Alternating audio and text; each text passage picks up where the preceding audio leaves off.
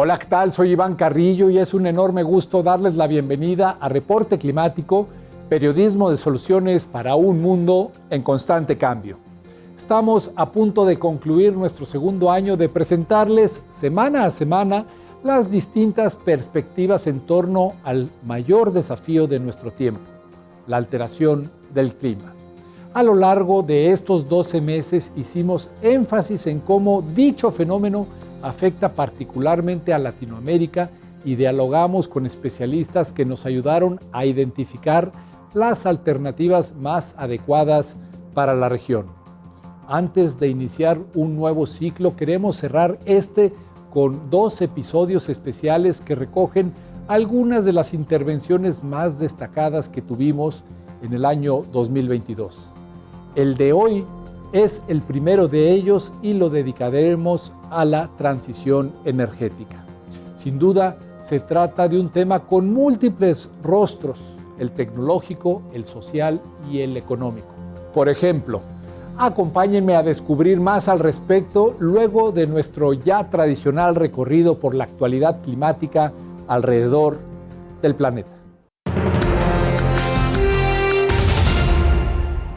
La activista Greta Thunberg, junto a otros 635 jóvenes y niños, han demandado al Estado sueco por considerar ilegal su política climática. De acuerdo con el servicio de información Deutsche Welle, Thunberg señaló que Suecia tiene la responsabilidad de ir a la cabeza en la transformación y, para hacerlo, la crisis en la que nos encontramos debe ser tratada como una crisis. Sin embargo, los demandantes opinan que el país no ha investigado el ritmo al que debería limitar sus emisiones de los gases que calientan al planeta. No ha elaborado un plan que incluya reducciones amplias y ha incumplido los objetivos fijados. Si las medidas climáticas del Estado son deficientes, eso amenaza nuestros derechos humanos en el futuro. Es una obligación jurídica de la que se puede hacer responsable al Estado. Por eso lo denunciamos, dijo Aida Edling, otra de las demandantes y quien es parte del colectivo Aurora. Dijo Ida Edling, otra de las demandantes y quien es parte del colectivo Aurora. En Coquimbo, Chile, la desertificación avanza a pasos agigantados como consecuencia del cambio climático. Algunos estudios sugieren que gana 1 metro por año y otros apuntan a que el fenómeno se extiende lo de una cancha de fútbol anualmente. Mientras tanto, las comunidades campesinas y ganaderas han dicho, basta de diagnósticos, tenemos que hacer obras concretas. En este sentido, el portal Mungabay reportó que entre las medidas de adaptación implementadas se encuentran los limanes. Se trata de pequeñas paredes de piedra en semicírculo que no solo evitan la erosión durante los eventos de lluvias extremas, sino que sirven de almacén de agua y ayudan a que ésta se absorba en el suelo. Detrás de cada semicírculo, los pobladores siembran especies arbóreas, que crecen gracias al agua infiltrada gradualmente por la pared y que son usadas como forraje para el ganado caprino. Francia se ha convertido en la primera gran economía del mundo que prohíbe los vuelos cortos, siempre y cuando exista una alternativa de tren de 2 horas y media o menos. Según The Guardian, el origen de esta política se remonta a los chalecos amarillos, un movimiento social que arrancó en octubre de 2018 contra el alza en el precio de los combustibles, la injusticia fiscal y la pérdida de poder adquisitivo. La medida fue aceptada por la Asamblea Nacional Francesa desde abril de 2021, pero no fue sino hasta finales de 2022 que recibió la validación de la Comisión Europea. Aunque todavía no se sabe la fecha exacta en que la prohibición entrará en vigor, se espera que sea pronto. Autoridades francesas la han anunciado como un gran paso adelante en los esfuerzos de reducción de emisiones de gases de efecto invernadero, y hay planes de extenderla a los jets privados. ¿Qué es la transición energética? ¿Por qué es tan importante para luchar contra el cambio climático? ¿Y qué es lo que ayuda a acelerarla? La Tierra se está sobrecalentando. De acuerdo con los datos de la NASA, en 2020 la temperatura media fue de 1,02 grados Celsius más elevada respecto al periodo 1950-1980. El calentamiento global, además de provocar la fusión de los glaciares y la subida del nivel del mar, provoca otros cambios climáticos como la desertificación y el aumento de fenómenos extremos como huracanes, inundaciones e incendios. Este efecto, en la alteración del clima, podría causar daños incalculables. Científicos coinciden en achacar la responsabilidad de este cambio a las emisiones antrópicas de gases de efecto invernadero en la atmósfera. En particular, a partir de la revolución industrial. El principal de estos gases, el dióxido de carbono, procede en gran parte del sector energético. Así lo señala un artículo de la corporación multinacional italiana de energías renovables Enel Green Power.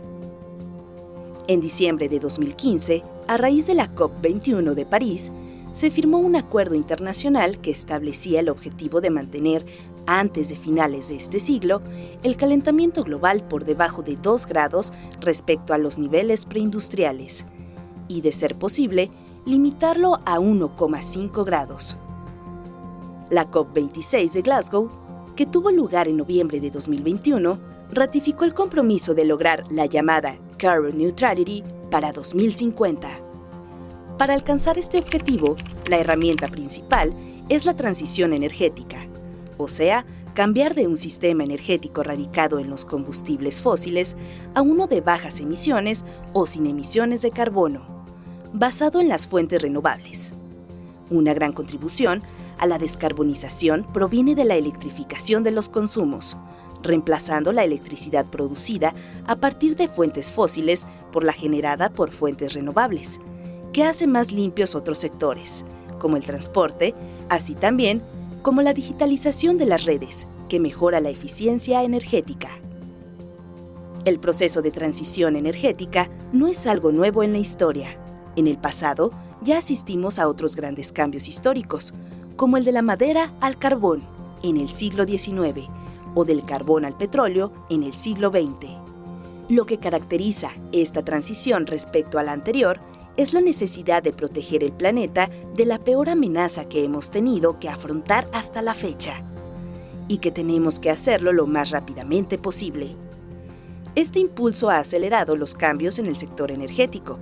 En una década, 2010-2019, los costos de las tecnologías renovables han bajado respectivamente un 80% por la energía solar fotovoltaica y un 60% por la eólica.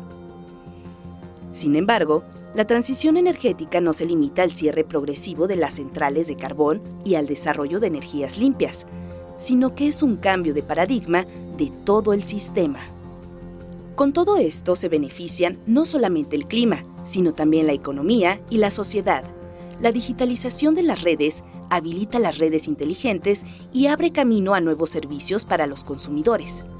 Desde el punto de vista ambiental, las fuentes renovables y la movilidad eléctrica reducen la contaminación, mientras que las centrales de carbón pueden ser reconvertidas a una perspectiva de economía circular. Además, por lo que se refiere a la sostenibilidad social, los nuevos empleos podrán absorber las labores de aquellas personas que hasta la fecha han estado trabajando en el sector termoeléctrico. Es importante que la transición energética sea inclusiva y que nadie se quede atrás. Las fuentes renovables, en rápido crecimiento, constituyen el eje de la transición energética. Gracias a la innovación continua, se van haciendo cada vez más eficientes y competitivas. ¿Qué nuevas tecnologías se perfilan para revertir los daños del cambio climático? La transición energética es el conjunto de transformaciones que se requieren para dejar de ser una sociedad que depende de los combustibles fósiles. Esto implica cambios en la economía, en nuestros hábitos y comportamiento, pero también en la tecnología que utilizamos. Michael Morales, profesor investigador de la Universidad de Monterrey en México y experto en el estudio de materiales para la innovación tecnológica, nos explicó por qué. Actualmente la tecnología consume mucha energía eléctrica particularmente. Aproximadamente el 80% de la energía es producida a base de la quema de combustibles fósiles. ¿Por qué es importante hablar de la quema de combustibles fósiles? Porque estos son los que producen, o se ha detectado que producen altas cantidades de gases de efecto invernadero. Los gases de efecto invernadero, ¿por qué son importantes mencionarlos aquí? Porque pues, se ha detectado que al menos el CO2, que es el que se tiene bastante estudios respecto a ello, es el que está produciendo los cambios climáticos o el cambio climático generalmente, ¿no? Hablar del cambio climático, necesitamos hablar forzosamente de un efecto del cambio climático como es el calentamiento global, que como se sabe, aproximadamente desde hace 40 años aproximadamente que se está registrando la temperatura global ha subido aproximadamente entre 0.7 y 0.8 grados centígrados. A largo plazo, Michael Morales y sus colaboradores buscan que la tecnología que nos es indispensable no tenga que operar con energía fósil. El 80% de nuestra tecnología depende precisamente de la quema de combustibles fósiles. Solamente el 15% es el que se está dedicado a energías renovables. Y energías renovables hablo desde la solar, eólica, hídrica, este tipo de tecnologías. Entonces es un porcentaje muy pequeño. Por eso es necesario que nuestra tecnología pues, se modifique y en esencia dependamos menos del consumo energético que depende de la quema de combustibles fósiles. Entonces necesitamos cambiar la tecnología que dependa menos de la quema de combustibles fósiles, pero eso creo yo que todavía es un paso, vamos a llamarlo, no tan pronto. Entonces necesitamos tener herramientas actuales que permitan que el consumo energético, al menos en las casas, se vea disminuido. ¿Para qué? Para que las emisiones de gases de efecto invernadero no sean tan altas. Entonces, principalmente los materiales que nosotros estamos estudiando son, en principio, para la eficiencia energética. Es decir, que las máquinas, aparatos e instrumentos que utilizamos funcionen de manera óptima, pero consumiendo menos energía. Asimismo, son innovaciones que pueden ser aplicadas en celdas fotovoltaicas para aprovechar la luz del sol. Estos materiales hemos desarrollado investigaciones donde se aplican este tipo de material para que tengan una mayor absorción de radiación solar.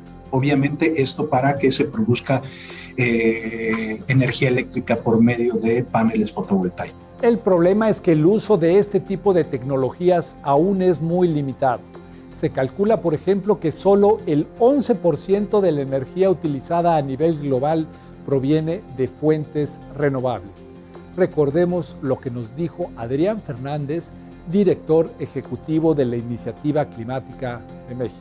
Que estas respuestas se den considerando los derechos de las personas y que al lidiar con las consecuencias, al dar respuesta a los daños y pérdidas que sufren las personas más vulnerables de nuestras comunidades de una manera desproporcionada y que tienen menor responsabilidad por las causas del cambio climático, pues se debe una respuesta justa y apropiada, y quienes se han beneficiado de la economía del carbono, especialmente los países del norte. El concepto al que se refiere Adrián Fernández es la mezcla de las diferentes tecnologías con las cuales se genera la energía eléctrica necesaria para las actividades económicas y cotidianas de un país. El tema de las responsabilidades comunes preferenciales y respectivas capacidades es algo que el sur global y muchos países latinoamericanos han venido luchando desde la creación de la Convención Marco para que sea un eje que enmarque la respuesta al cambio climático.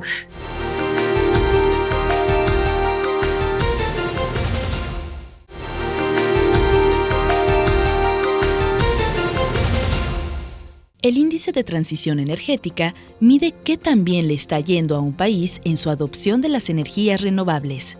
Sirve como herramienta para comparar países y regiones y se puede utilizar en la identificación de áreas que necesitan financiamiento, apoyo técnico o incentivos que aceleren el cambio.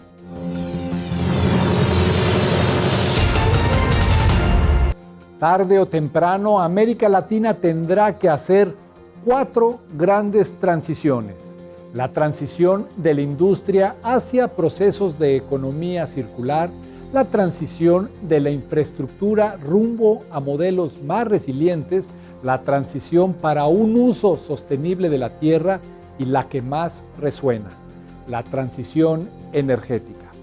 ¿Qué factores serán los que detonen o aceleren dichos cambios?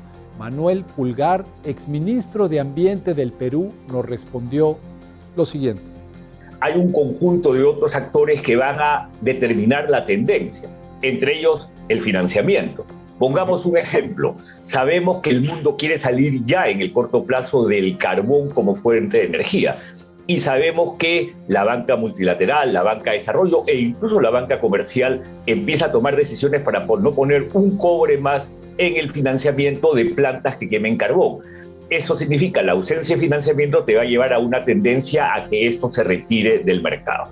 Pero esto va a ocurrir también con los otros combustibles fósiles de manera gradual. Probablemente primero sean los combustibles más pesados y de más altas emisiones y un poco más tarde el gas natural.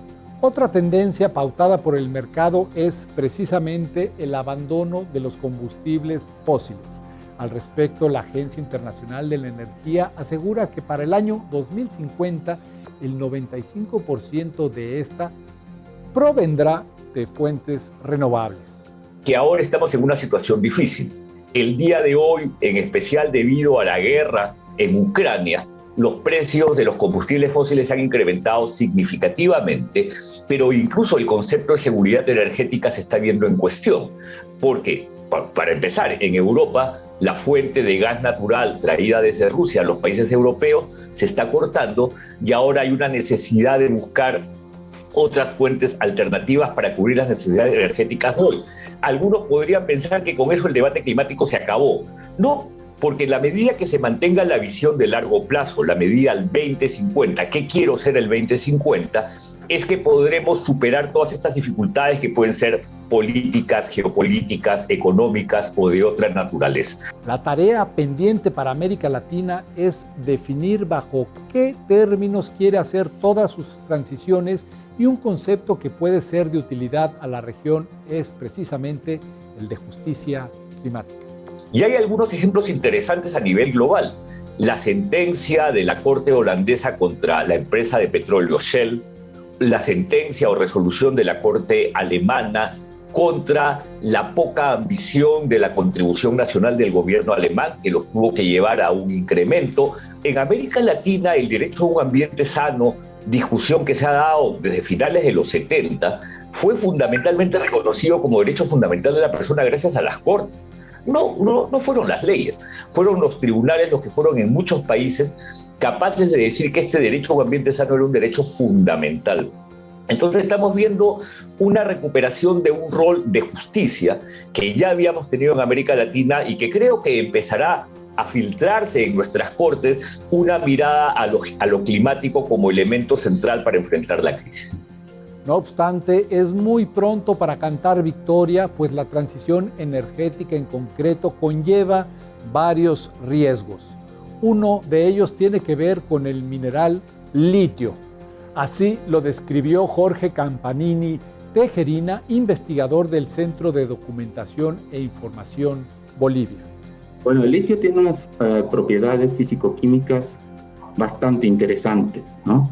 Es un buen conductor de energía, es un buen almacenador de energía, y justamente por estas propiedades es que el interés global se centra en emplear el litio justamente para la producción de baterías en casi todo su espectro, ¿no? Baterías para pilas de autos, para computadoras, para celulares, pero principalmente la demanda de litio está vinculada a la construcción de baterías para electromovilidad, para automóviles eléctricos. De aquí al 2030, la demanda de litio podría aumentar hasta 93%, y dado que el 85% de las reservas de este mineral están en el denominado Triángulo del Litio, compuesto por Argentina, Bolivia y Chile, hay temores de que la transición energética atrape a la región en un círculo vicioso de extractivismo. Es bastante sensible el tema del extractivismo en nuestros países. Y hay que mencionar que el litio no es el único componente de la batería, no es el único componente que va a hacer a la electromovilidad. Estamos hablando de que la gran demanda que se está proyectando para los próximos 30 años alrededor del litio vincula obviamente otros minerales, otros metales que van a hacer a la batería, que van a hacer a los autos o a la movilidad eléctrica. Estamos hablando de cobre, estamos hablando de aluminio, de grafito y de otros que también incrementarían la demanda considerablemente. De hecho, se estima que la manufactura de un coche eléctrico requiere 4 veces más minerales que la fabricación de un vehículo de combustión. ¿Y esto qué significa para nuestros países?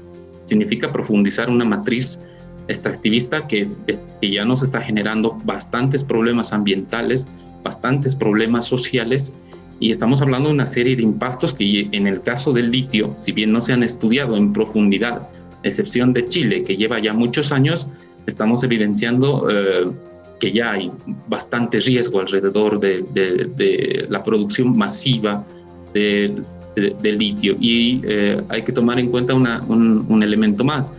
Las proyecciones de explotación de litio en Argentina, Chile y próximamente Bolivia son bastante considerables. Esto debería ser razón suficiente para frenar la tendencia y reconsiderar el papel de la región en cuanto a la explotación del litio. Yo creo que el concepto de transición debería ser global y debería ser justa, ¿no? Y debería considerar a todos los actores y no ser una imposición solamente de una determinada región o de un determinado sector. Y a partir de una reflexión conjunta poder proyectar las necesidades urgentes, ¿no? Y también la situación que se está viviendo a nivel global, ¿no? Con los últimos acontecimientos en Europa, en Rusia, los cambios que ha habido en torno de las rutas de abastecimiento y la economía en general, obviamente están redefiniendo muchos elementos que hacen también a la cuestión climática, que hacen también a la profundización de los extractivismos en nuestras regiones. Para Jorge Campanini, la alternativa a esta encrucijada es diseñar una estrategia común que integre a todos los países de la región productores de litio. Yo creo que es urgente que nuestros países que estamos involucrados en el tema de la extracción de litio podamos tener un espacio o una institucionalidad común que pueda ayudarnos a fortalecer el rol de nuestros países en esta lógica del mercado de materias primas, porque al final de cuentas tanto Chile como Argentina y el proyecto boliviano están centrados en la producción de materia prima, en la concentración del litio y no así en su transformación para darle un valor agregado, que es prácticamente la principal discusión que existe. Este fue el primer especial de fin de año de Reporte Climático. Muchas gracias por habernos acompañado. Mi nombre es Iván Carrillo y los espero la próxima semana con más periodismo de soluciones para un mundo en constante cambio.